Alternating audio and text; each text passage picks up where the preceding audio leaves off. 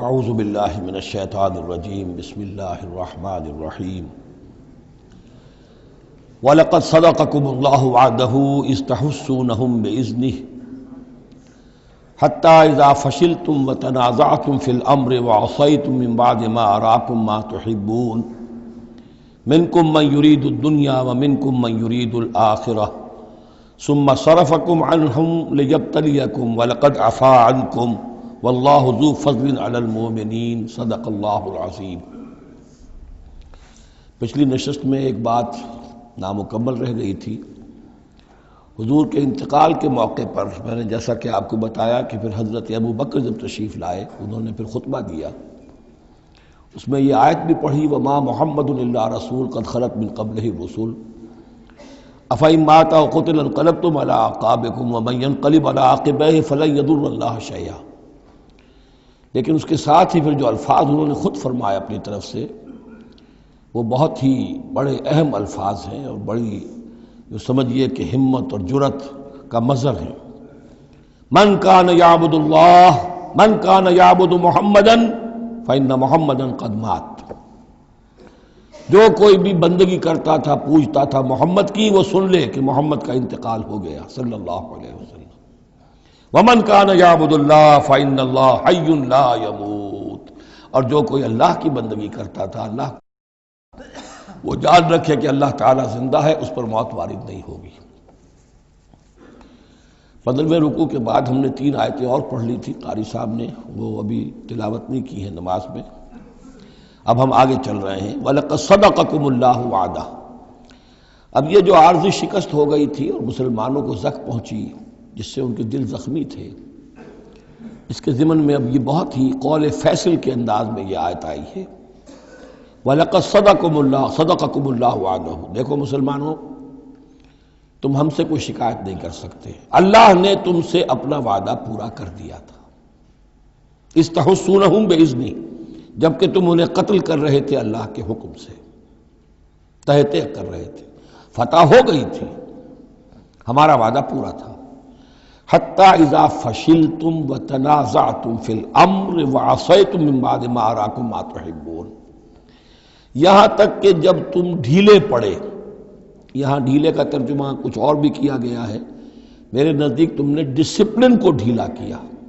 نظم جو ہے سم و طاعت، اور سم و طاعت میں ظاہر بات ہے کہ ایک ہی شخص کی اطاعت نہیں ہوتی۔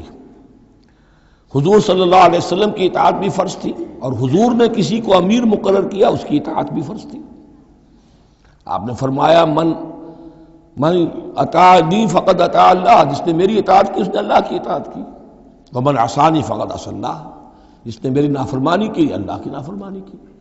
ومن اطاع امیری فقد اطاعنی، جس نے میرے مقرر کردہ امیر کی اطاعت کی اس نے میری اطاعت کی۔ ومن عصی امیری فقد عصانی، جس نے میرے نامزد کردہ امیر کی نافرمانی کی اس نے میری نافرمانی کی۔ تو اگرچہ حضور کے قول کی تو انہوں نے تعویل کر لی تھی کہ حضور نے تو ہم سے کہا تھا وہ شکست کی صورت میں کہ اگر ہم سب بھی اللہ کی راہ میں قتل ہو جائیں، تم دیکھو کہ چیلیں اور کوے ہمارا گوشت کھا رہے ہیں، تب بھی یہاں سے مت ہٹنا، جو ایک تعویل ہو گئی تھی۔ انہوں نے جان بوجھ کر حضور کے حکم کی خلاف ورزی نہیں کی، لیکن خلاف ورزی کی ہے جو لوکل کمانڈر تھے ان کے حکم کی۔ ومن عصا امیری فقد عصانی، یہ ہے اصل معاملہ اجتماعی زندگی کا، جب تک ڈسپلن جماعت نہ ہو، سم و طاعت جو ہے کسا ہوا نہ ہو، نظم جو ہے پورا نہ ہو۔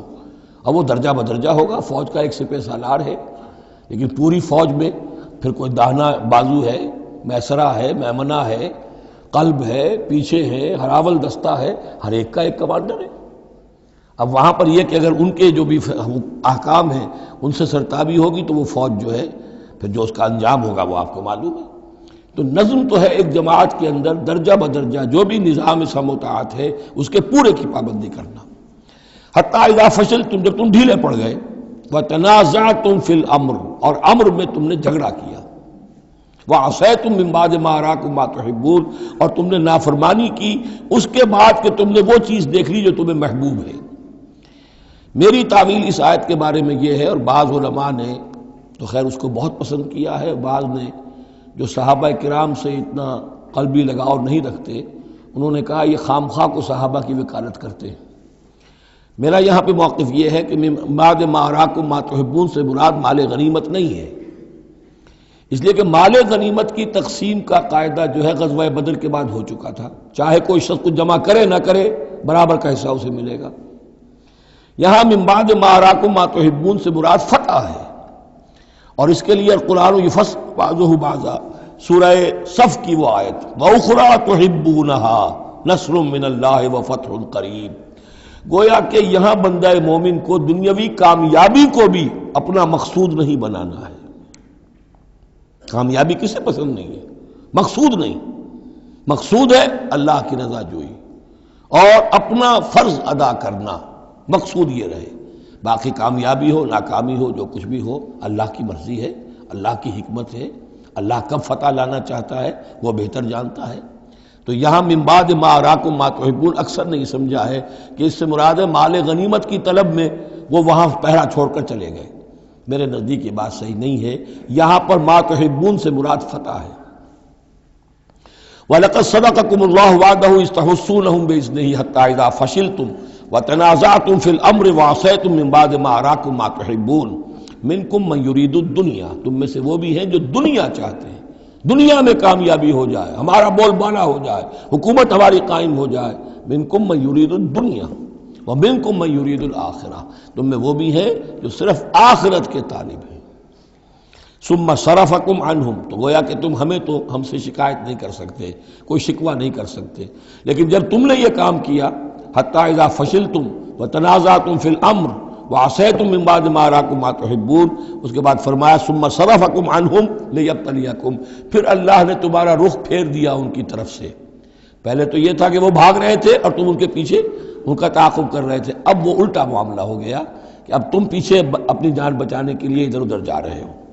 لیبتلیکم، تاکہ تمہیں اور ابتلا میں مبتلا کرے، امتحان اور لے تمہارا۔ وَلَقَدْ عَفَا عَنْكُمْ، لیکن ساتھ ہی معافی نامہ بھی ہے، اللہ تمہیں معاف کر چکا ہے، جو بھی خطا ہو گئی ہے، جو بھی غلطی ہو گئی ہے، کسی سے ہوئی ہے، اللہ نے معاف فرمایا۔ وَاللَّهُ ذُو فَضْلٍ عَلَى الْمُؤْمِنِينَ، اور اللہ تعالیٰ اہل ایمان کے حق میں بہت فضل والا ہے۔ اِذْ تُصْعِدُونَ وَلَا تَلْوُونَ عَلَىٰ أَحَدٍ، جبکہ تم چڑھے جا رہے تھے پہاڑ پر، کوہ احد پر جان بچانے کے لیے، وَلَا تَلْوُونَ عَلَىٰ أَحَدٍ، اور پھر کسی کی طرف مڑ کر نہیں دیکھ رہے تھے، وَالرَّسُولُ يَدْعُوكُمْ فِي أُخْرَاكُمْ، اور رسول صلی اللہ علیہ وسلم پکار رہے تھے تمہیں تمہارے پیچھے سے۔ بھگدڑ جب مچ جاتی ہے تو صورت یہ ہو جاتی ہے۔ حضور کے گرد تو آ گیا تھا، نرغہ کر لیا گیا تھا، اور یہ کہ بعض صحابہ نے اپنے جسموں کو ڈھال کا کام، یعنی ڈھال کے طور پر استعمال کیا ہے، تب حضور صلی اللہ علیہ وسلم کو وہ بچانے میں کامیاب ہوئے ہیں۔ ویسے تو بچانے والا اللہ ہے، لیکن جو وسائل دنیاوی ہیں اس کے اعتبار سے۔ فَأَصَابَكُمْ غَمًّا بِغَمٍّ لِكَيْ لَا تَحْزَنُوا عَلَىٰ مَا فَاتَكُمْ، پھر اللہ تم پر غم کے بعد غم مسلسل ڈالتا رہا تاکہ تم غمگین نہ ہوا کرو اس پر کہ جو تم سے تمہارے ہاتھ سے جاتا رہے، وَلَا مَا أَصَابَكُمْ، اور نہ اس تکلیف پر جو تم پر پڑے۔ یعنی رنج سے خوگر ہوا انسان تو مٹ جاتا ہے رنج۔ آدمی کو اگر کبھی اتفاقاً ہی کوئی رنج ہوتا ہو ایک تو وہ رنج کا اثر بہت رہے گا، لیکن جب یہ ہے کہ پے بپے رنج آ رہے ہوں، اور سب سے بڑا رنج جو آیا وہ حضور کے انتقال کی خبر جب اڑ گئی تو اپنے تن بدن کا تو ہوش ہی نہیں رہا کہ کسی کو کیا زخم لگا ہوا ہے اور خود اس کا کوئی بازو کٹا ہوا ہے۔ اس طریقے سے اللہ تعالیٰ نے ان کے جو اس وقت کی کیفیت تھی اس میں ایک تخفیف پیدا کر دی۔ واللہ خبیر بما تعملون، اور اللہ تعالیٰ باخبر ہے اس سے جو تم کر رہے تھے۔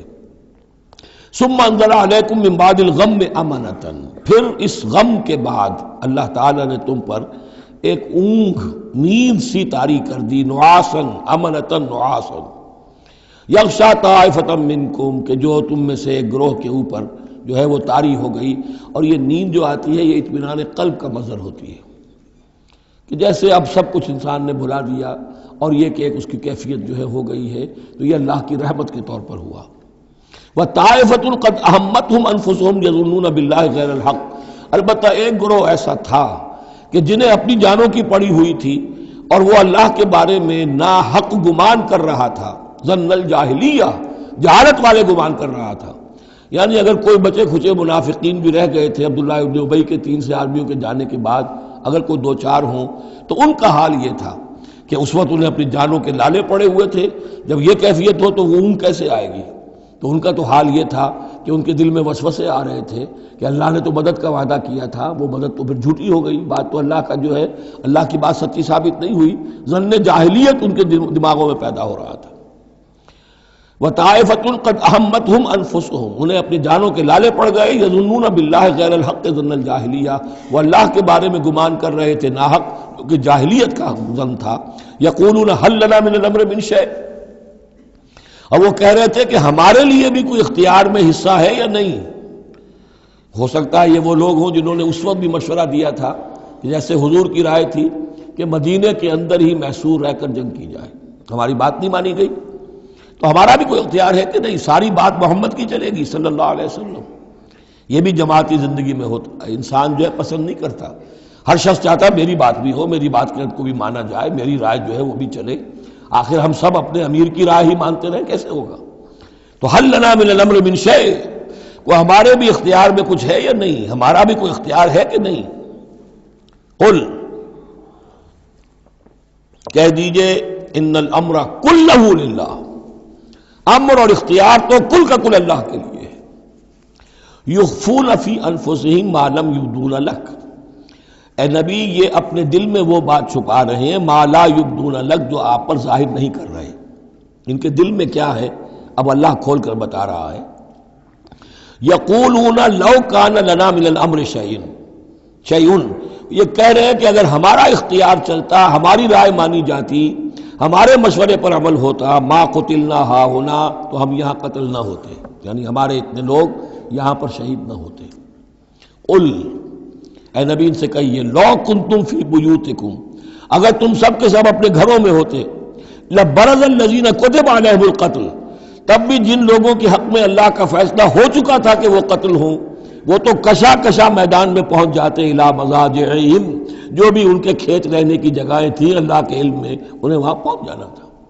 یہ تو اللہ تعالیٰ کے فیصلے ہوتے ہیں، تمہاری تدبیر سے اس کا کوئی تعلق نہیں۔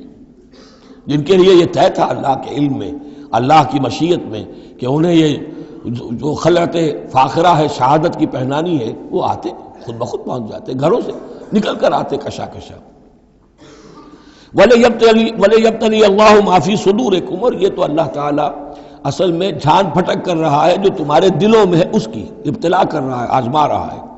وَلَيُمَحِّصَ مَا فِي قُلُوبِكُمْ، اور تاکہ وہ بالکل پاک اور خالص کر دے جو کچھ تمہارے دلوں میں ہے۔ وَاللَّهُ عَلِيمٌ بِذَاتِ الصُّدُورِ، اور اللہ تعالیٰ سینوں کے اندر کی مخفی باتوں کو بھی جانتا ہے۔ إِنَّ الَّذِينَ تَوَلَّوْا مِنكُمْ يَوْمَ الْتَقَى الْجَمْعَانِ، وہ لوگ کہ جو میدان جنگ سے چلے گئے اس دن جس دن کی دو جمعیتیں ایک دوسرے کے مقابلے میں آئیں، یہ تذکرہ ہو رہا ہے کچھ ایسے حضرات کا کہ جو جنگ کی جب شدت ہوئی تو وہ جان بچانے کے لیے جیسے کچھ لوگ کوہ احد پر چڑھے تھے، وہ ذرا اس سے آگے بڑھ کر میدان ہی سے فرار کر گئے۔ ان میں حضرت عثمان رضی اللہ تعالیٰ عنہ کا نام بھی آتا ہے۔ اب وہ کیفیت ایسی اضطراری کیفیت تھی کہ اس میں کسی سے کسی ضعف کا، کمزوری کا اظہار ہو جائے تو وہ بالکل ایک قرین قیاس بات ہے۔ جب حضرت عمر سے اظہار ہو گیا تو اور بہرحال حضرت عثمان رضی اللہ تعالیٰ عنہ کا درجہ تو ان کے بعد ہی ہے، وہ جذبات میں آ کر تلوار چھوڑ کر بیٹھ گئے۔ تو اسی طرح کی بات ہے، ان الذین تولوا منکم یوم التقى الجمعان، بے شک وہ لوگ جو ہٹ گئے میدان سے، فرار کی راہ اختیار کر گئے جس دن کے دو فوجیں آپس میں لڑی۔ انما استزلهم الشیطان بعد ما کسبوا، یہ اصل میں شیطان نے ان کے پاؤں پھسلا دیے تھے ان کے بعض افعال کی وجہ سے۔ کوئی کسی وقت تقصیر ہو گئی ہے، کوئی کوتاہی کسی وقت ہو گئی ہے، اور وہ ہر ایک سے ہو سکتی ہے، معصوم تو صرف نبی ہوتے ہیں۔ اس کی وجہ سے شیطان کو پھر موقع مل جاتا ہے کہ کسی موقع پر وہ اڑنگا لگا کر اس شخص کو، خواہ وہ کتنا ہی نیک ہو اور کتنا ہی صاحب رتبہ ہو، پھر یہ کہ کہیں کسی جگہ پھسلا دے۔ وَلَقَدْ عَفَا اللَّهُ عَنْهُمْ، اللہ انہیں معاف کر چکا ہے۔ یہ الفاظ بہت اہم ہیں، اس لیے کہ اہل تشیع نے اس چیز کو بہت اچھالا ہے، حضرت عثمان کی جو ہے وہ توہین کرتے ہیں، ان کے اوپر تنقید کرتے ہیں کہ یہ تو بھاگ گئے تھے میدان جنگ سے پیٹھ دکھا کر، اب وہاں یہ بھول جاتے ہیں کہ اللہ تعالیٰ نے تو اعلان کیا ہے ان کی معافی کا، چاہے حضرت عثمان تھے یا اور بھی تھے۔ وَلَقَدْ عَفَا اللَّهُ عَنْهُمْ، اللہ انہیں معاف کر چکا ہے۔ اب کسی مسلمان کے لیے جائز نہیں ہے کہ ان پر زبان تان دراز کرے۔ ان اللہ غفور حلیم، یقیناً اللہ تعالیٰ معاف فرمانے والا اور حلم والا ہے، حلیم ہے۔ یا ایھا الذین آمنوا لا تکونوا کالذین کفروا وقالوا لاخوانہم اذا ضربوا فی الارض او کانوا غزا لو کانوا عندنا ما ماتوا وما قتلوا، اہل ایمان تم ان لوگوں کے مانند نہ ہو جاؤ جنہوں نے کفر کیا اور جنہوں نے اپنے بھائیوں کے بارے میں کہا جبکہ وہ تھے زمین میں سفر پر نکلے ہوئے یا کسی جہاد میں شریک تھے، اگر وہاں وہ ان کا انتقال ہو گیا، لو کانوا عندنا ما ماتوا وما قتلوا، کہ اگر ہمارے پاس ہوتے تو نہ مرتے نہ قتل ہوتے۔ ہر شخص کی موت کا وقت تو معین ہے، تمہارے جیب میں تمہاری گود میں بیٹھے ہوئے ہوں تب بھی موت آ جائے گی، چاہے وہ کہیں بڑے ہی مضبوط پہروں والے قلعوں میں ہو، موت تو وہاں بھی پہنچ جائے گی۔ تو تم ان لوگوں کی طرح کی باتیں نہ کرو، یہ تو کافروں کی طرز کی باتیں ہیں، اگر ہمارے پاس ہوتے، اگر جنگ میں نہ جاتے تو بچ جاتے، یوں ہو جاتا تو یوں ہو جاتا، یہ ساری باتیں در حقیقت جیسے ایک حدیث میں آتا ہے، حضور نے فرمایا ان کلمۃ لو تفتح عمل الشیطان، یہ لو کاش یوں ہو جاتا، کاش ایسے ہو جاتا تو یوں ہو جاتا، یہاں سے اس کلمے ہی سے شیطان کا عمل شروع ہو جاتا ہے۔ جو ہوا اس لیے ہوا کہ اللہ کو اس کا ہونا منظور تھا، اس کی حکمتیں اسے معلوم ہیں، آپ اس کی حکمت کا احاطہ نہیں کر سکتے۔ یا ایھا الذین آمنوا لا تکونوا کالذین کفروا وقالوا لاخوانہم اذا ضربوا فی الارض او کانوا غزا لو کانوا عندنا ما ماتوا وما قتلوا لیجعل اللہ ذلک حسرۃ فی قلوبہم، یہ تو اللہ تعالیٰ ان کے دلوں میں حسرت کی آگ جلا دیتا ہے، یہ بھی گویا کہ ان کے کفر کی سزا ہے۔ واللہ یحیی ویمیت، اور دیکھو اللہ زندہ رکھتا ہے اور وہی موت وارد کرتا ہے۔ واللہ بما تعملون بصیر، اور جو کچھ تم کر رہے ہو اللہ اسے دیکھ رہا ہے۔ وَلَئِن قُتِلْتُمْ فِي سَبِيلِ اللَّهِ، اگر تم اللہ کی راہ میں قتل ہو جاؤ، او متم، یا تمہارا ویسے ہی انتقال ہو جائے، موت آ جائے،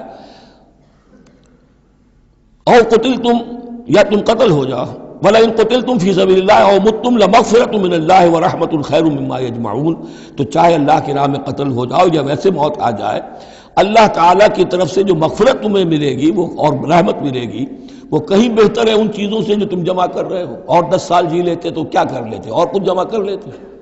اللہ تعالیٰ نے شہادت کی موت دے دی، اس سے بڑی اور تمہارے لیے شہادت کون سی ہوگی۔ وَلَئِن مُتُّمْ أَوْ قُتِلْتُمْ لَإِلَى اللَّهِ تُحْشَرُونَ، اور چاہے تمہیں بستروں پر موت آئے، چارپائیوں پر جان نکلے، اور چاہے تم قتل ہو، ہر حال میں تمہیں بہرحال اللہ کی جناب میں جمع کر دیا جائے گا، گھیراؤ کر کے تمہارا وہاں لے جایا جائے گا، آخری منزل تو وہی ہے۔ فرق کیا ہے کہ بستر پر پڑے ہوئے دم توڑ رہے ہیں یا یہ کہ میدان جنگ کے اندر شہید ہو گئے۔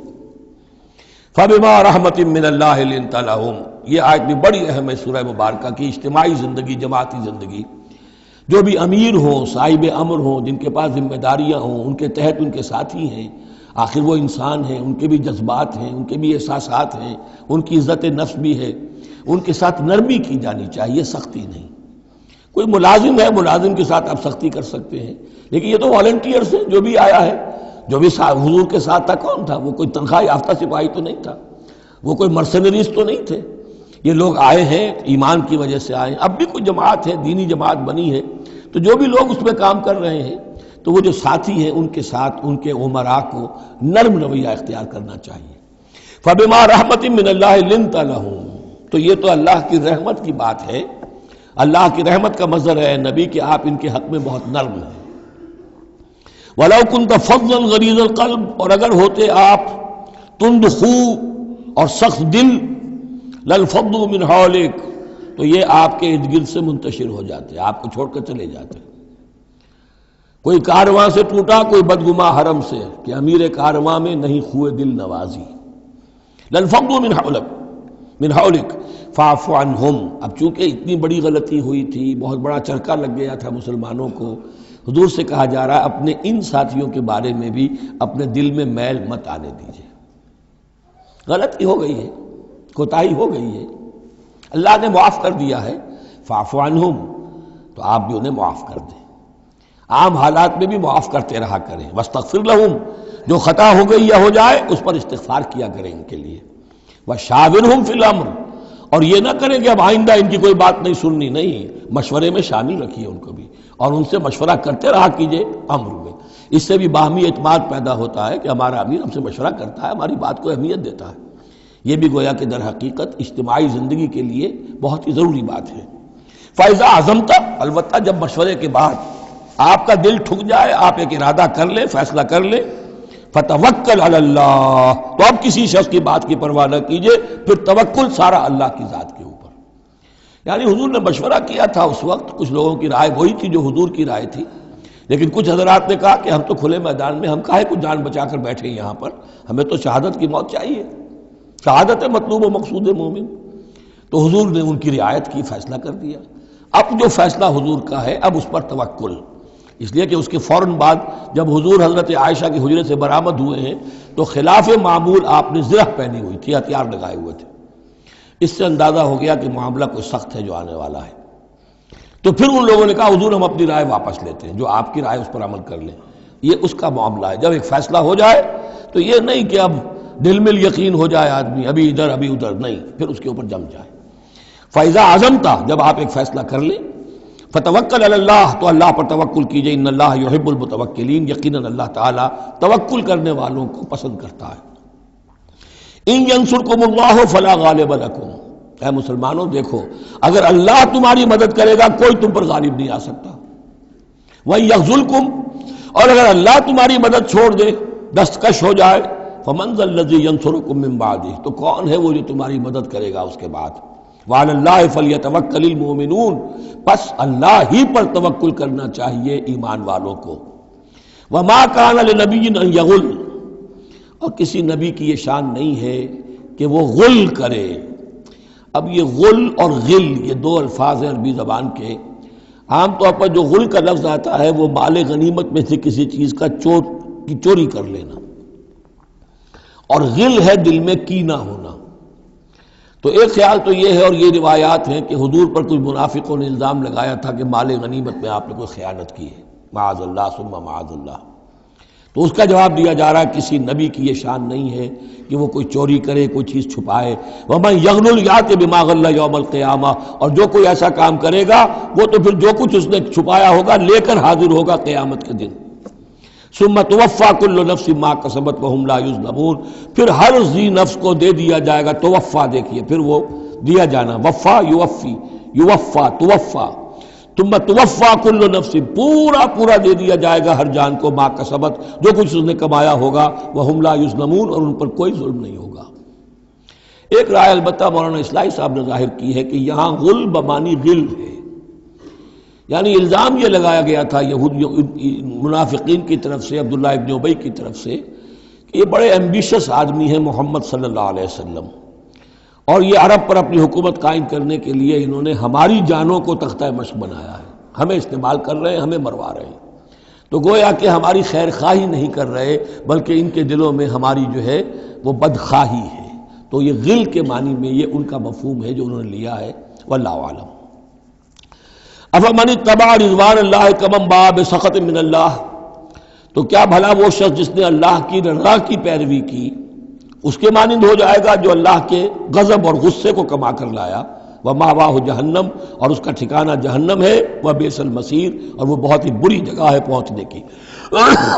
ہم درجات عند اللہ، ان کے بھی درجے بندیاں ہیں اللہ کے ہاں، جیسے نیکوکاروں کے درجے ہیں بدکاروں کے بھی درجے ہیں، سب بدکار برابر نہیں، سب نیکوکار برابر نہیں۔ واللہ بصیر بما یعملون، اور جو کچھ یہ کر رہے ہیں اللہ اسے دیکھ رہا ہے۔ اب یہ آیت بھی پھر دیکھیے، سورہ جو بقرہ میں 2 دفعہ آیا تھا مضمون، وہ اب تیسری مرتبہ یہاں آ رہا ہے۔ حضرت ابراہیم حضرت اسماعیل کی دعا میں مضمون آیا تھا، ربنا وبعث فیہم رسولا منہم یتلو علیہم آیاتک ویعلمہم الکتاب والحکمۃ ویزکیہم۔ پھر آ گیا تھا 18ویں رکوع کے آخر میں، کما ارسلنا فیکم رسولا منکم یتلو علیکم آیاتنا ویزکیکم ویعلمکم الکتاب والحکمہ ویعلمکم ما لم تکونوا تعلمون۔ اب یہ تیسری مرتبہ مضمون آیا، لقد من اللہ علی المؤمنین، اللہ نے بہت بڑا احسان کیا ہے اہل ایمان پر، اذ بعث فیہم رسولا من انفسہم، جب ان میں اٹھایا ایک رسول انہی میں سے، ان کی اپنی جانوں میں سے، ان کی اپنی قوم میں سے، یتلو علیہم آیاتہ، جو تلاوت کرتے سناتا ہے انہیں اس کی آیات، ویزکیہم، اور انہیں پاک کرتا ہے۔ ترتیب اب ہمیشہ کے لیے یہی ہوگی، تلاوت آیات، تزکیہ، اور پھر تعلیم حکمت، تعلیم کتاب و حکمت۔ وَيُعَلِّمُهُمُ الْكِتَابَ وَالْحِکمَةَ، اور تعلیم دیتا ہے انہیں کتاب اور حکمت کی۔ وَإِن كَانُوا مِن قَبْلُ لَفِي ضَلَالٍ مُبِينٍ، اور یقیناً اس سے پہلے یعنی رسول کی آمد سے قبل تو وہ لازماً کھلی گمراہی کے اندر مبتلا تھے۔ اولما اصابتکم مصیبۃ قد اصبتم مثلها قلتم انا ھذا، تو جب تم پر ایک مصیبت آئی جب کہ تم اس سے دگنی مصیبت جو ہے ان کو پہنچا چکے ہو، قلتم انا ھذا، تم کہتے ہو یہ کہاں سے آ گیا، یہ کیوں ہو گیا، اللہ نے پہلے مدد کی تھی اب کیوں نہیں کی۔ قل ہوا من عند انفسکم، اے نبی کہہ دیجیے یہ تمہارے اپنے نفسوں کی شرارت کی وجہ سے ہوا، تم نے غلطی کی، تم نے حکم کی خلاف ورزی کی۔ حتی اذا فشلتم وتنازعتم فی الامر وعصیتم من بعد ما اراکم ما تحبون ان اللہ علی کل شیء قدیر، اللہ تو ہر چیز پر قادر ہے۔ گویا کہ اسی مضمون کو دوہرا کر لایا گیا کہ وَلَقَدْ صَدَقَكُمُ اللَّهُ وَعْدَهُ، اللہ وعدہ اپنا پورا کر چکا تھا۔ وَمَا أَصَابَكُمْ يَوْمَ الْتَقَى الْجَمْعَانِ، البتہ یہ اللہ چاہتا تو کنڈون کر دیتا، تمہیں کوئی سزا نہ دیتا، معاف کر دیتا بغیر سزا دیے، لیکن یہ کہ اللہ کی حکمت کا تقاضا یہ ہوا کہ تمہیں سزا دی جائے، اس لیے کہ ابھی تو بڑے بڑے مراحل آنے ہیں۔ اگر اسی طرح تم نظم کو توڑتے رہے اور احکام کی خلاف ورزی کرتے رہے تو پھر تمہاری حیثیت جو ہے ایک جماعت کی تو نہیں ہوگی، پھر تو ایک انبوہ ہے، ہجوم مومنین ہوگا، جماعت، لشکر، فوج، حزب اللہ درکار تو وہ ہے۔ وما اصابکم یوم التقى الجمعان، اور جو بھی مصیبت تم پر آئی ہے اس دن جس دن کے دونوں لشکر بھڑ گئے تھے آپس میں، فباذن اللہ، وہ اللہ کے اذن سے آئی ہے، بغیر اللہ کے اذن کے تو یہ تکلیف نہیں آ سکتی تھی۔ وَلِيَعْلَمَ الْمُؤْمِنِينَ، اور یہ اس لیے کہ اللہ جان لے کہ کون ہے اصل مومن، حقیقی مومن، صابر مومن، جو مستقیم مومن ہے۔ وَلِيَعْلَمَ الَّذِينَ نَافَقُوا، اور تاکہ دیکھ لے کہ کون ہے منافق۔ اور یہاں اصل ترجمہ ہم کرتے ہیں تاکہ اللہ ظاہر کر دے کہ کون ہے مومن اور ظاہر کر دے کہ کون ہے منافق۔ کھل گیا کہ نہیں؟ 300 کو لے کر عبداللہ ابن ابی چلا گیا تو اب سب کو پتہ تو چل گیا، آئندہ ان کی بات پر اعتبار تو نہیں کریں گے، وہ چکنی چپڑی باتیں کریں گے تو ان کی باتیں جو ہیں کان لگا کے سنیں گے تو نہیں۔ تو اللہ تعالیٰ نے چاہا کہ who's who and what is what یہ بالکل مبرہن ہو جائے، واضح ہو جائے۔ وقیل لہم تعالوا، اب یہاں وہ تذکرہ ہو رہا ہے آخر میں اس واقعے کا کہ جب کہ عبداللہ ابن ابی 300 آدمیوں کو لے کے واپس چلا گیا، اس وقت کچھ لوگوں نے اس سے کہا ہوگا کہ کہاں جا رہے ہو بے وقوفو، اس وقت تو لشکر سامنے آمنے سامنے کھڑے ہیں اور 300 آدمی نکل جائیں 1000 میں سے تو بقیہ جو باقی ہیں ان کے بھی کچھ نہ کچھ دلوں میں کمزوری پیدا ہوگی، جیسے کہ بنو حارثہ بنو سلمہ کے اندر کمزوری عارضی طور پر پیدا ہو گئی تھی۔ تو سمجھانے والوں نے جب کہا وَقِيلَ لَهُمْ تَعَالَوْا قَاتِلُوا فِي سَبِيلِ اللَّهِ أَوِ ادْفَعُوا، آؤ بھائی آؤ، کہاں جا رہے ہو، اللہ کی راہ میں قتال کرو یا دفاع کرو۔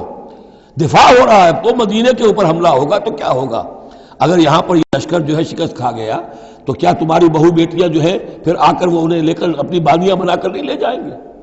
اللہ کی راہ میں جنگ کرو، اگر یہ نہیں تو کم سے کم اب دفاع جو ہے مدینے کا اس کے لیے تو کھڑے رہو۔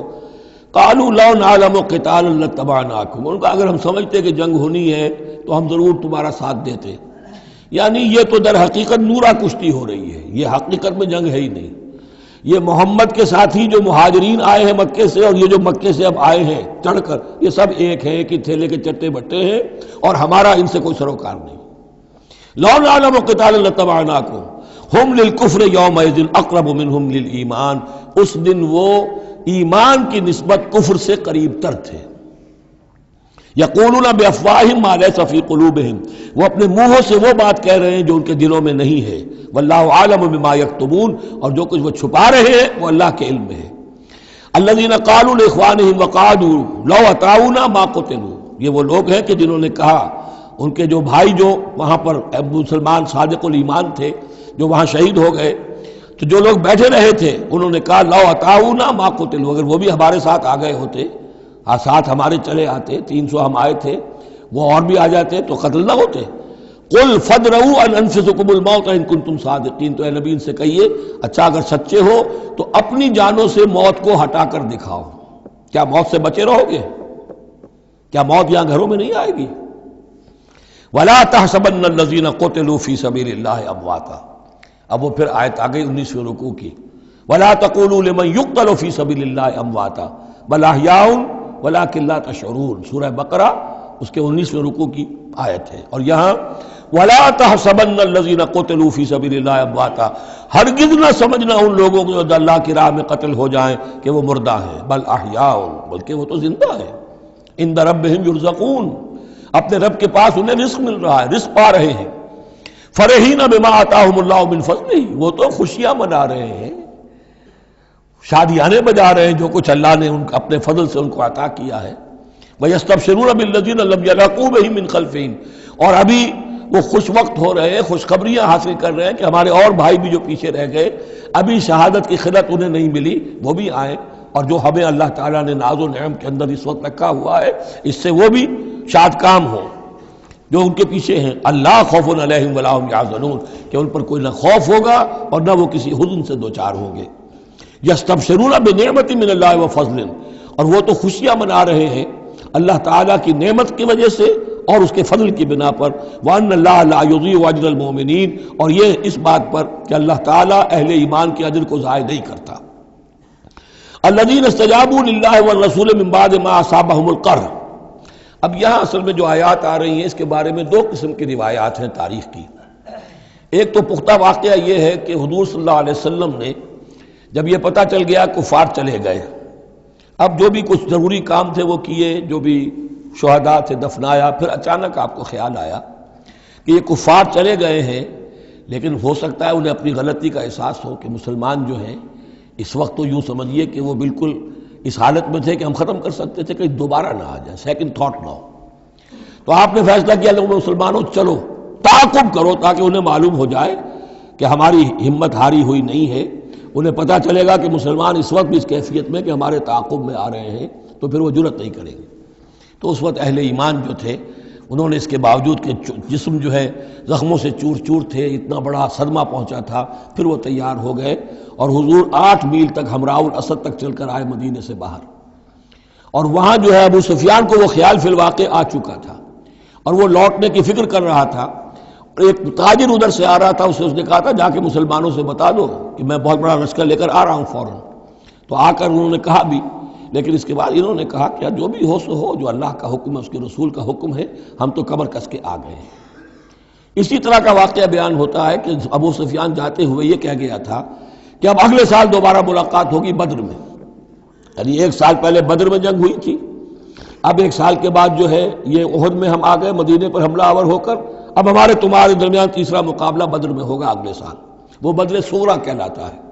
تو حضور اس کے لیے نکلے، گئے بدر تک، ادھر سے ہی ابو سفیان اپنا پورا لشکر لے کر آئے، اور اس مرتبہ پھر وہی کیا کہ کچھ لوگوں کے ذریعے سے ہراسمنٹ پیدا کی، خوف پیدا کیا کہ لوگوں کیا کر رہے ہو بے وقوفو، وہ قریش تو بہت بڑا لشکر لے کر آ رہے ہیں، بہت بڑا لشکر لے کر آ رہے ہیں۔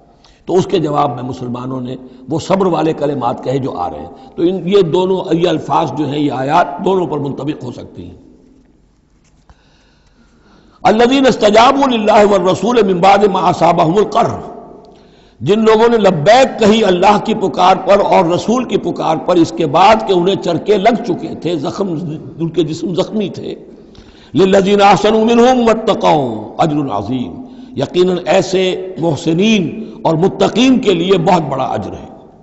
الذین قال لهم الناس ان الناس قد جمعوا لكم، جنہیں آ کر خبردار کیا تھا اور جن کو خوف دلایا تھا لوگوں نے کہ دیکھو لوگ بڑی جمع ہو گئے ہیں، بڑی قوت بڑی جمعیت آ رہی ہے، فخشوہم، ان سے ڈرو، فزادہم ایمانا، اس سے ان کے ایمان میں اور اضافہ ہو گیا۔ وقالوا حسبنا اللہ ونعم الوکیل، اور انہوں نے کہا اللہ ہمارے لیے کافی ہے اور اس کا سہارا سب سے اچھا سہارا ہے۔ فانقلبوا بنعمت من اللہ، ابو سفیان کو جب پتہ چلا کہ محمد تو ہمارے تعاقب میں آ رہے ہیں تو انہوں نے عافیت اسی میں سمجھی کہ وہ پھر سیدھا مکہ کی طرف رخ کر لیا، اور یہی معاملہ ہوا ہے کہ بدر صغریٰ جو دوسری مرتبہ وہ بدر میں آنے کا، جب اس نے سنا کہ محمد رسول اللہ تو اپنے پورے ساتھیوں کے ساتھ آ گئے ہیں تو کوئی کنی کترا کر اور طرح دے کر نکل گیا، مقابلے میں نہیں آیا۔ فانقلبوا بنعمت من اللہ، تو وہ لوٹ آئے اللہ تعالیٰ کے انعام سے، نعمت سے، وفضل، اور اس کے فضل سے، لم یمسسہم سوء، کوئی برائی ان کو مس نہ کر سکی، کوئی تکلیف نہیں پہنچی، آزمائش تھی وہ اللہ نے کر لی۔ واتبعوا رضوان اللہ، انہوں نے تو اللہ کی رضا کی پیروی کی۔ واللہ ذو فضل عظیم، اور یقیناً اللہ تعالیٰ بڑے فضل کا مالک ہے۔ انما ذالکم الشیطان یخوف اولیاء، اے مسلمانوں یہ شیطان ہے جو تمہیں ڈراتا ہے اپنے ساتھیوں سے، وہ چاہتا ہے کہ اس کے جو ساتھی کفار ہیں، حزب الشیطان ہے، وہ اس کا خوف تمہارے اوپر قائم کر دیں۔ اور ایک معنی اس کے یہ بھی لیے گئے ہیں کہ شیطان کی اس تخویف کا اثر انہی پر ہوتا ہے جو اس کے ولی ہوتے ہیں. جو اولیاء اللہ ہیں ان پر شیطان کی طرف سے اس قسم کی وسوسہ اندازی کا اثر نہیں ہوتا. ذالکم الشیطان یخوف اولیاءہ، وہ ڈراتا ہے تمہیں اپنے دوستوں سے یا ڈراتا ہے اپنے دوستوں کو. جو شیطان کے ساتھ رشتہ رکھتے ہیں، جو اس کی باتیں سنتے ہیں، انہی پر اثر ہوتا ہے شیطان کی طرف سے اس قسم کی وسوسہ اندازیوں کا. فلا تخافوہم، تو تم ان سے مت ڈرو، وخافونی، مجھ سے ڈرو، ان کنتم مؤمنین، اگر تم سچے، اگر تم مومن صادق ہو. ولا يحزنك الذين يسارعون في الكفر، اور اے نبی یہ لوگ جو کفر کے معاملے میں اس قدر سرگرمی دکھا رہے ہیں، بھاگ دوڑ کر رہے ہیں، وفد جا رہے ہیں ادھر سے ادھر، یہودیوں کے وفد جا رہے ہیں مکے کہ آؤ چڑھائی کرو، ہم اندر سے تمہاری مدد کریں گے. اب یہ جو یوں سمجھیے جسے آج کل آپ کہتے ہیں کہ بڑی ڈپلومیٹک ایکٹیویٹی ہو رہی ہے اس وقت، ادھر ادھر جو پھر رہے ہیں، تو اے نبی اس سے آپ کوئی رنجیدہ نہ ہو، کچھ نہیں ہوگا. یہ سارا جو ہے وہ سیلاب کے اوپر کا جیسے جھاگ ہوتا ہے، اس کے سوا کچھ نہیں. ولا يحزنك الذين يسارعون في الكفر، جو لوگ یہ چلت پھرت دکھا رہے ہیں کفر کے لیے، اے نبی اس سے آپ رنجیدہ نہ ہوں. انہم لن يضروا الله شيئا، وہ ہرگز اللہ کو کوئی نقصان نہیں پہنچا سکیں گے. یرید اللہ اللہ یجعل لهم حظا فی الآخرہ، یہ تو اللہ کے اس فیصلے کا ظہور ہے کہ اللہ نہیں چاہتا کہ ان کا کوئی حصہ آخرت میں ہو. وَلَهُمْ عَذَابٌ عَظِيمٌ، اور ان کے لیے تو بڑا عذاب ہے. ان الذين اشتروا الكفر بالایمان لن يضر الله شيئا، یقیناً جنہوں نے ایمان ہاتھ سے دے کر کفر خرید لیا وہ اللہ کو کوئی نقصان نہیں پہنچا سکتے. وَلَهُمْ عَذَابٌ أَلِيمٌ، ان کے لیے دردناک عذاب ہے. وَلَا يَحْسَبَنَّ الَّذِينَ كَفَرُوا أَنَّمَا نُمْلِي لَهُمْ خَيْرٌ لِأَنفُسِهِمْ، اور نہ سمجھے یہ کافر کہ ہم جو انہیں مہلت دے رہے ہیں تو یہ ان کے لیے اچھائی کر رہے ہیں. اچھائی نہیں ہے، کفر کو مہلت ملتی ہے تاکہ اور بڑھ جائے، ثم ازدادوا کفرا، کفر میں اور بڑھ جائے، تاکہ وہ اور برے سے برے عذاب کے اپنے آپ کو مستحق بنا لے. اللہ ڈھیل دیتا ہے، لیکن یہ نہ سمجھے وہ کہ یہ ڈھیل ان کے حق میں اچھی ہے. ولا يحسبن الذين كفروا انما نملي لهم خير لانفسهم انما نملي لهم ليزدادوا اثما، یہ ہم ان کی رسی دراز کرتے ہیں، ڈھیل دیتے ہیں تاکہ اور گناہ کما لیں. وَلَهُمْ عَذَابٌ مُهِينٌ، اور پھر ان کے لیے اہانت آمیز عذاب ہو. ما كان الله ليذر المؤمن، یہ آج پھر بہت اہم آ گئی ہے کہ اللہ تعالیٰ کی طرف سے یہ آزمائشیں کیوں آتی ہیں، اپنے نیک بندوں کو، اپنے صالح بندوں کو ان تکلیفات میں کیوں ڈالتا ہے، حالانکہ وہ تو قادر مطلق ہے، آنے واحد میں جو چاہے کر دے. ما كان الله ليذر المؤمنين على ما انتم عليه، دیکھو اللہ کے لیے یہ بات اللہ کی حکمت کے مطابق نہیں ہے کہ وہ تمہیں چھوڑے رکھے اسی حال میں جس میں تم ہو. یعنی تمہارے اندر کمزور اور پختہ ایمان والے ابھی گڑبڑ ہیں، اس سے آگے بڑھ کر ابھی منافق اور مومن بھی گڑبڑ ہے. یہ گڑبڑ جو جبیت تمہاری ہے، یہ آگے چل کر اگر اس کو پاک نہ کر دیا جائے، اس کے اندر سے یہ تمام ناپاک عناصر نکال نہ دیے جائیں، تو آگے کے جو اور مشکل کٹھن مقامات آ رہے ہیں، آگے تمہیں سلطنت روما سے ٹکرانا ہے، تمہیں سلطنت کسریٰ سے ٹکرانا ہے. ابھی تو یہ چھوٹی موٹی چیزیں جو ہو رہی ہیں درون ملک عرب، تو تمہارے لیے یہ ضروری ہے کہ پرج ہوتی رہے، اور وہ پرج ہوتی ہے انہی آزمائشوں کے ذریعے سے. ما کان اللہ لیذر المؤمنین علی ما انتم علیہ، یہ اللہ کا طریقہ نہیں ہے، سنت نہیں ہے کہ وہ تمہیں چھوڑے رکھے اہل ایمان اسی حالت میں جس پر تم ہو، حتی یمیز الخبیث من الطیب، جب تک کہ خبیث علیحدہ نہ ہو جائے طیب سے، کھل جائے. یہ خبثاء ہے، یہ منافقین ہیں، یہ وہ لوگ ہیں، یہ ففتھ کالمسٹ ہیں، بات واضح ہو جائے، اور صرف صادق الایمان لوگ وہ بالکل نکل کر علیحدہ ہو جائے.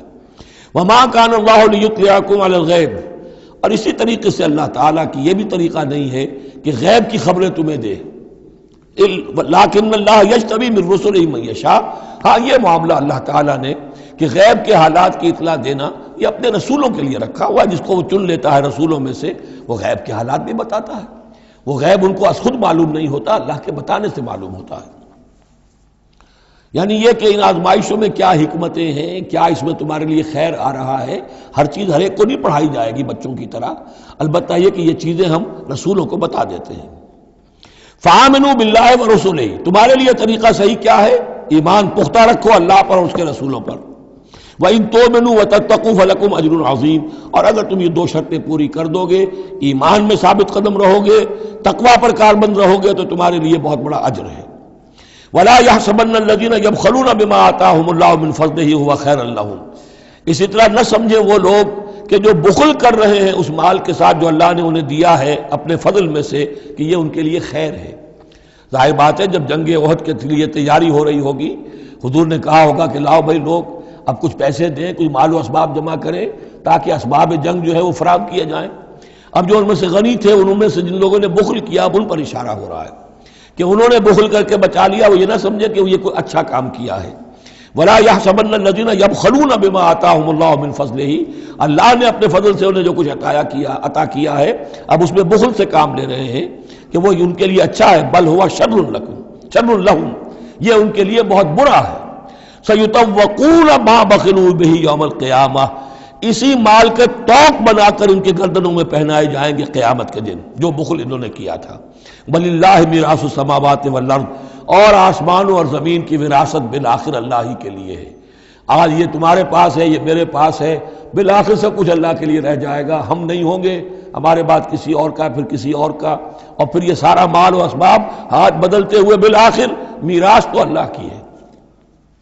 وَلِلَّهِ مِيرَاثُ السَّمَاوَاتِ وَالْأَرْضِ وَاللَّهُ بِمَا تَعْمَلُونَ خَبِيرٌ، اور جو کچھ تم کر رہے ہو اللہ اس سے باخبر ہے۔ یہاں وہ 18 رکوع مکمل ہو گئے، 6 رکوع جو غزوہ احد کے بیان میں تھے۔ اب 2 کنکلوڈنگ رکوع ہے اس سورہ مبارکہ کے۔ لَقَدْ سَمِعَ اللَّهُ قَوْلَ الَّذِينَ قَالُوا إِنَّ اللَّهَ فَقِيرٌ وَنَحْنُ أَغْنِيَاءُ، اللہ نے سن لی ہے بات، قول ان لوگوں کا جو یہ کہتے ہیں کہ اللہ فقیر ہے، ہم غنی ہیں۔ ان میں منافقین بھی شامل ہو سکتے ہیں اور یہودی بھی۔ جب حضور کہتے تھے اللہ تعالیٰ کو ضرورت ہے قرض حسنہ دو، تو گویا کہ اللہ تو فقیر ہوا، پھر محتاج ہوا، ہم غنی ہیں، ہمارے پاس دولت ہے۔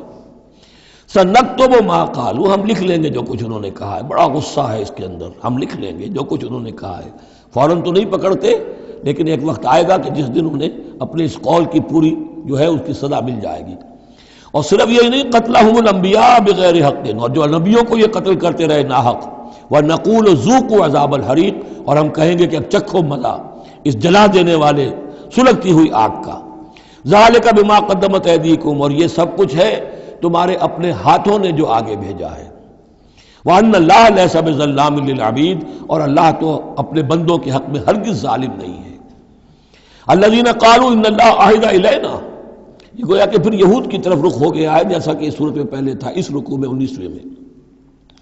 جو لوگ یہ کہتے ہیں کہ اللہ نے ہم سے ایک عہد لے لیا تھا، اللہ نؤمن لرسول حتی یاتینا بقربان تاکلہ النار، کہ ہم کسی رسول پر ایمان نہ لائیں جب تک کہ وہ ایسی قربانی پیش نہ کرے جسے آگ کھا جائے۔ یہ ابتدائی زمانے میں جیسا کہ میں نے عرض کیا تھا، عہد طفولیت تھا نوع انسانی کا، تو خرق عادت چیزیں بہت ہوتی تھی۔ ان میں سے ایک بات یہ بھی تھی یہود کے ہاں ابتدائی دور میں کہ اگر کوئی شخص قربانی پیش کرتا ہے اللہ کی جناب میں، کوئی بچڑا اس نے ذبح کیا، پیش کر دیا، اللہ کے لیے صدقہ کیا، نذر کیا ہے، تو آسمان پر سے ایک آگ اترتی تھی جو اسے بھسم کر دیتی تھی۔ یہ علامت ہوتی ہے اس کی کہ یہ قربانی قبول ہو گئی۔ جیسے حابیل اور قابیل کے قصے میں ہے کہ دونوں نے کچھ پیش کیا، قربا قربانا فتقبل من احدہما ولم یتقبل من الآخر، ایک کی قبول ہو گئی دوسری کی نہیں ہوئی۔ پتہ کیسے چلا؟ آپ اگر قربانی کرتے ہیں عید الاضحیٰ میں، کس کی قربانی قبول ہوئی کس کی نہیں ہوئی کیا پتہ، یہ تو اللہ ہی جانتا ہے۔ لیکن پہلے ایسی علامات حسی ہوتی تھی کہ پتہ چل جاتا تھا یہ قربانی اللہ نے قبول کر لی۔ تو اسی کے لیے انہوں نے کہا کہ ہم سے تو عہد لے لیا تھا اللہ نے کہ ہم کسی رسول کو جب تک کہ وہ یہ معجزہ نہ دکھائے اس وقت تک نہیں مانیں گے، تو اگر محمد رسول ہے تو یہ معجزہ دکھائیں۔ یہ تھی بات جس کا جواب دیا جا رہا ہے۔ قُلْ قَدْ جَاءَكُمْ رُسُلٌ مِّن قَبْلِ بِالْبَيِّنَاتِ، اے نبی ان سے کہیے تمہارے پاس مجھ سے پہلے بہت سے رسول آئے واضح معجزوں کے ساتھ، وَبِالَّذِي قُلْتُمْ، اور وہ معجزہ بھی انہوں نے دکھایا جو تم کہہ رہے ہو۔ فَلِمَ قَتَلْتُمُوهُمْ، پھر تم نے انہیں کیوں قتل کیا؟ ان کنتم صادقین، اگر تم سچے ہو۔ فَإِن كَذَّبُوكَ، پھر اے نبی اگر وہ آپ کو جھٹلا دیں، فَقَدْ كُذِّبَ رُسُلٌ مِّن قَبْلِكَ، تو یہ آپ ہی کے ساتھ معاملہ نہیں ہوا، آپ سے پہلے بھی جو رسول تھے انہیں جھٹلایا گیا۔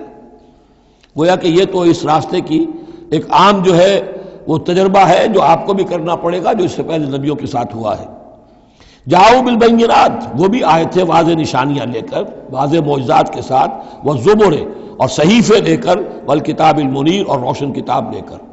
کل نفس ذائقۃ الموت، ہر ذی نفس کو موت کا مزہ چکھنا ہے، ایک دن تو موت آ جائے گی۔ وَإِنَّمَا تُوَفَّوْنَ أُجُورَكُمْ يَوْمَ الْقِيَامَةِ، اور دوسری بات، تمہیں لازماً تمہارے اجر پورے پورے دے دیے جائیں گے۔ انما توفون اجورکم یوم القیامہ، قیامت کے دن۔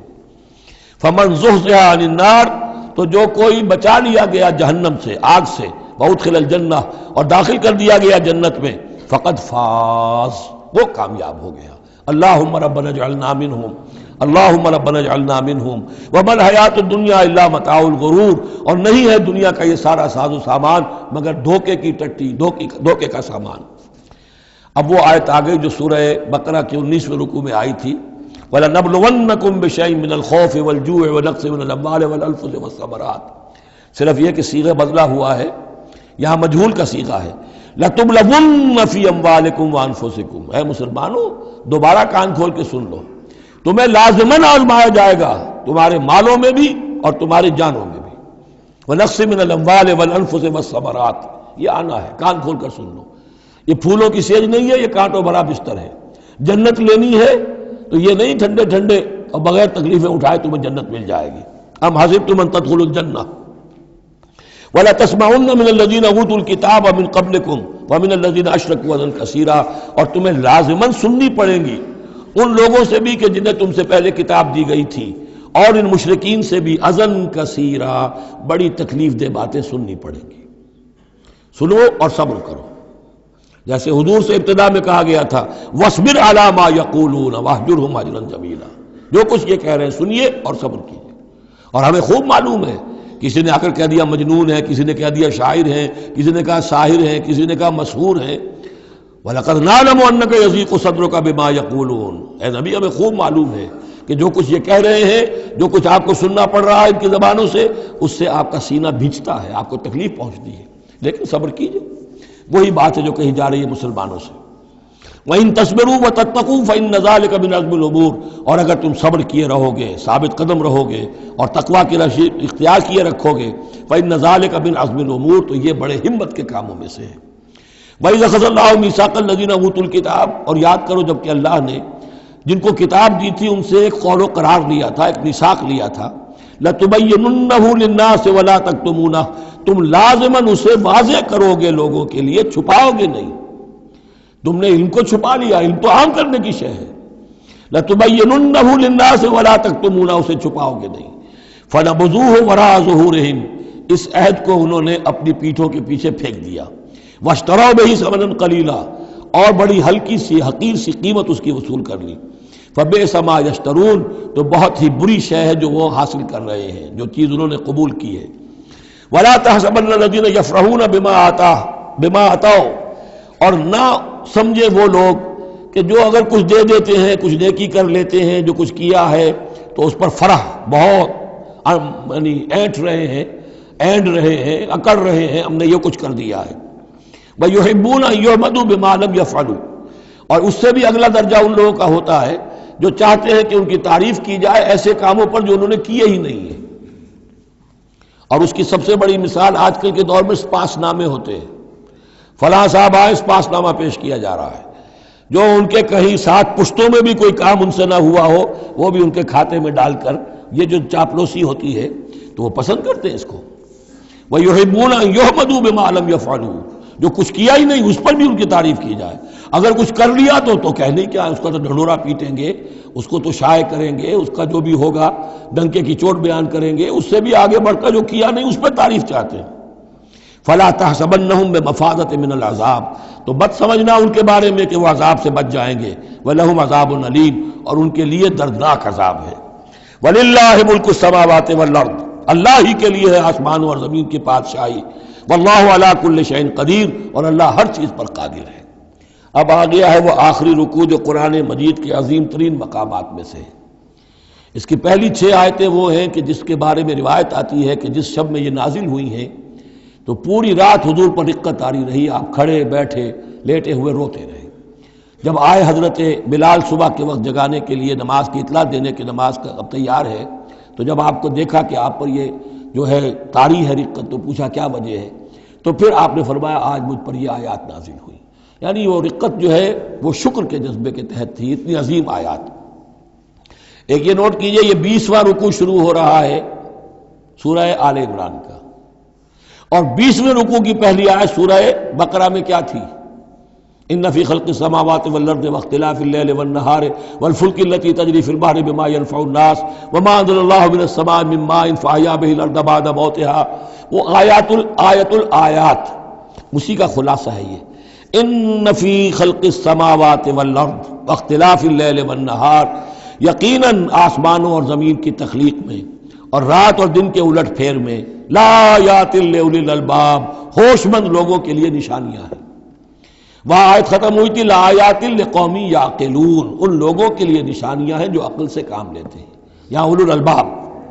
یہ پہلا قدم ہے ہدایت کا کہ کائنات کو دیکھو، کھول آنکھ، زمین دیکھ، فلک دیکھ، فضا دیکھ، مشرق سے ابھرتے ہوئے سورج کو ذرا دیکھ، یہ سب آیات الہیہ ہیں، ان کو دیکھو، اللہ کو پہچانو۔ اگلا قدم کیا ہے؟ جب اللہ کو پہچان لیا اب اسے یاد رکھو۔ الذین یذکرون اللہ قیاما وقعودا وعلی جنوبہم، جو یاد رکھتے ہیں، ذکر کرتے رہتے ہیں اللہ کا، کھڑے بھی، بیٹھے بھی، لیٹے بھی۔ وَيَتَفَكَّرُونَ فِي خَلْقِ السَّمَاوَاتِ وَالْأَرْضِ، اور مزید غور و فکر کرتے رہتے ہیں آسمان اور زمین کی تخلیق میں۔ وہ ایک دوسرے نتیجے تک پہنچتے ہیں، پکار اٹھتے ہیں، ربنا ما خلقت ھذا باطلا، اے رب تو نے یہ سب کچھ بیکار تو پیدا نہیں کیا ہے، بے مقصد تو پیدا نہیں کیا ہے۔ اور پھر ذہن ان کا منتقل ہوتا ہے اپنی طرف، ہمارا مقصد کیا ہے، میں کس لیے پیدا کیا گیا، میری زندگی بس یہی ہے، کھاؤ پیو، اولاد جنو اور دنیا سے رخصت ہو جاؤ، اللہ اللہ خیر صلی اللہ۔ تو کیا مقصد ہوا زندگی کا؟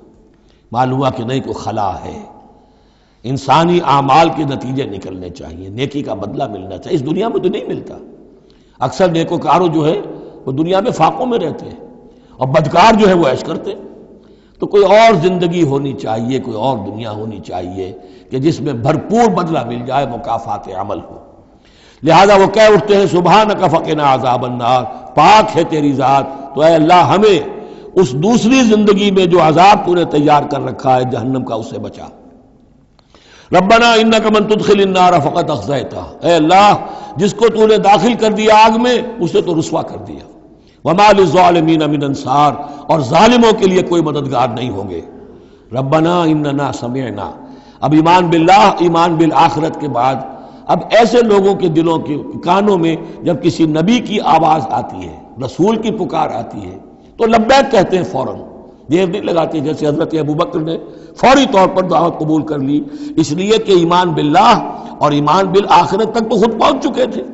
جو میں نے سورہ فاتحہ کے بارے میں آپ کو بتایا تھا کہ سورہ فاتحہ کو سمجھ لیجئے کہ جو شخص اولو الالباب میں سے، ہوش مند لوگوں میں سے یہاں تک پہنچ چکا ہے، اپنی سلامتی طبع، سلامتی عقل، سلامتی فطرت کے نتیجے میں اللہ کو پہچان لیا، آخرت کو پہچان لیا، اب اس کے بعد رسالت، اہدنا الصراط المستقیم۔ یہاں بھی یہ ہے کہ اب ایسے شخص کے سامنے اگر کسی نبی کی دعوت آئے گی، اس کا رد عمل کیا ہوگا؟ ربنا اننا سمعنا منادیا ینادی للایمان، اے رب ہم نے ایک ندا کرنے والے، پکارنے والے کی پکار کو سنا، وہ ایمان کی صدا لگا رہا تھا، ایمان کی ندا دے رہا تھا، ان آمنوا بربکم، کہ ایمان لاؤ اپنے رب پر، فآمنا، تو اے رب ہمارے اب ایمان لے آئے۔ اب یہاں سے دیکھیے یہ دعا، عظیم ترین دعا، یہ جو سورہ بقرہ کے آخر میں آئی تھی، یہاں میں سمجھتا ہوں کہ بعض پہلوؤں سے یہ دعا اس سے کہیں زیادہ عظیم تر ہے۔ ربنا فاغفر لنا ذنوبنا، پیسہ ہے ہمارے رب ہمارے گناہ بخش دے، وکفر عنا سیئاتنا، اور ہماری برائیاں ہم سے دور کر دے، نامہ اعمال کے دھبے بھی دھو دے، اور ہمارے دامن کردار کے جو داغ ہیں ان کو بھی صاف کر دے، وتوفنا مع الابرار، اور ہمیں وفات دیجو اپنے نیکوکار وفادار بندوں کے ساتھ۔ ربنا وآتنا ما وعدتنا علی رسلک، اور اے رب ہمیں دیجو وہ سب کچھ جس کا تو نے وعدہ کیا ہے ہم سے اپنے رسولوں کے ذریعے سے، ولا تخزنا یوم القیامہ، ہمیں قیامت کے دن رسوا نہ کیجو، انک لا تخلف المیعاد، یقیناً تو اپنے وعدے کے خلاف کرنے والا نہیں ہے۔ ہمیں شک ہے تو اس بات میں ہے کہ آیا ہم تیرے ان وعدوں کے مصداق ثابت ہو سکیں گے یا نہیں، لہذا تو اپنی شان غفاری سے ہماری کوتاہیوں پر پردہ پوشی کیجو اور ہمیں دے دیجو وہ سب کچھ جو تو نے وعدہ کیا ہے رسولوں کے ذریعے سے۔ فاستجاب لہم، اب یہ ہے دعا کی قبولیت کی انتہا، فوراً اس دعا کے بعد قبولیت۔ اللہ نے ان کی دعا قبول فرمائی، انی لا اضیع عمل عامل منکم، کہ میں تم میں سے کسی عمل کرنے والے کے کسی عمل کو ضائع کرنے والا نہیں ہوں، من ذکر او انثی، خواہ وہ مرد ہو خواہ عورت، بعضکم من بعض، تم ایک دوسرے ہی میں سے ہو، ایک ہی باپ کے نطفے سے بیٹا اور بیٹی، اور ایک ہی ماں کے رحم میں پلی ہے بیٹی بھی اور بیٹا بھی۔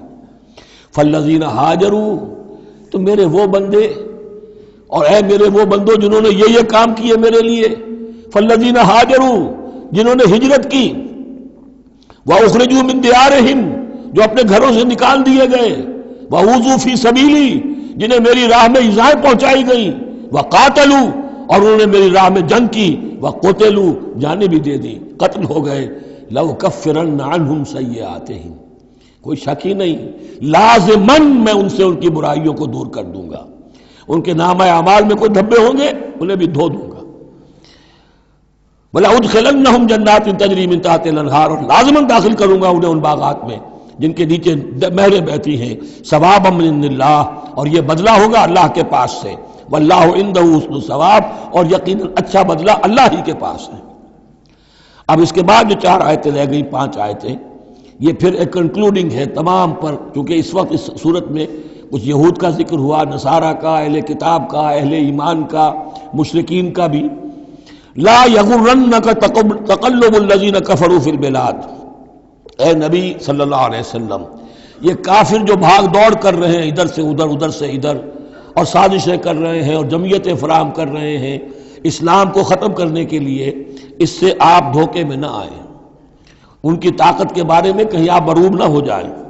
لا یغرنک تقلب الذین کفروا فی البلاد متاع قلیل، یہ ہم نے تھوڑی دیر کے لیے انہیں ساز و سامان دے دیا ہے، ثم ماواہم جہنم، پھر ان کا ٹھکانہ جو ہے وہ تو جہنم ہی ہے، وبئس المہاد، اور وہ بہت برا ٹھکانہ ہے۔ لیکن الذین اتقوا ربہم، اس کے برعکس جن لوگوں نے اللہ کا اپنے رب کا تقوی اختیار کیا، لہم جنات تجری من تحتہا الانہار خالدین فیہا، ان کے لیے باغات ہوں گے جن کے دامن میں ندیاں بہتی ہوں گی، اس میں وہ ہمیشہ ہمیش رہیں گے، نزلا من عند اللہ، اور یہ بھی ابتدائی مہمان نوازی ہوگی اللہ کی طرف سے، نزل، وما عند اللہ خیر للابرار، اور مزید جو اللہ کے پاس ہے وہ بہت بہتر ہے نیکوکار لوگوں کے لیے۔ یہ نوٹ کر لیجئے، جو میں نے وہ حدیث کے الفاظ بار بار سنائے کہ جنت کی اصل نعمتیں وہ ہے ما لا عین رات ولا اذن سمعت وما خطر علی قلب بشر، یہ جو کچھ قرآن میں ذکر ہے یہ نزل ہے، ابتدائی مہمان نوازی ہے۔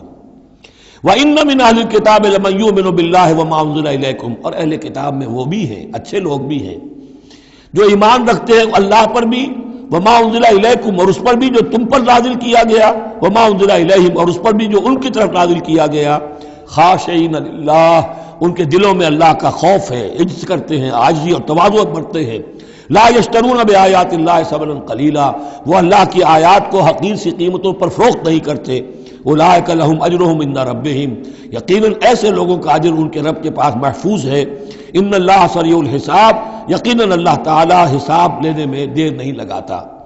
آخری آیت پھر بہت جامع ہے، یا ایھا الذین آمنوا، اہل ایمان، اصبروا، صبر کرو، وصابروا، صبر میں اپنے دشمنوں سے بڑھ جاؤ۔ مصابرت جو ہے باب مفاعلہ، اس میں مقابلہ آتا ہے، ایک تو ہے صبر کرنا، ایک صبر وہ بھی تو کر رہے ہیں نا، ان یمسسکم قرح فقد مس القوم قرح مثلہ، تمہیں چرکا آج لگا ہے، 1 سال پہلے انہیں چرکا لگا تھا، 70 مارے گئے تھے، اور وہ 1 سال کے اندر پھر آگے چڑھائی کر کے، تو تم اپنا دل جو ہے غمگین کر کے کیوں بیٹھے ہوئے ہو؟ تو تمہیں تو ان سے بڑھ کر صبر کرنا ہے، ان سے بڑھ کر قربانیاں دینی ہے، تبھی تو تم در حقیقت اللہ تعالیٰ کے صحیح وفادار ثابت ہوگے۔ یا ایھا الذین آمنوا اصبروا وصابروا ورابطوا، رابطوا مرابطہ جو ہے پہرے کو بھی کہتے ہیں، اور یہ کہ ربط، نظم، ڈسپلن، مضبوط، مربوط، وہ جو آیا حتی اذا فشلتم وتنازعتم فی الامر، تم نے ڈھیلا کیا اپنا نظم، تم نے جو ہے وہ سب اطاعت کے اندر کمی کی، لہذا تمہارے اوپر یہ اللہ تعالیٰ کی طرف سے صدا آ گئی۔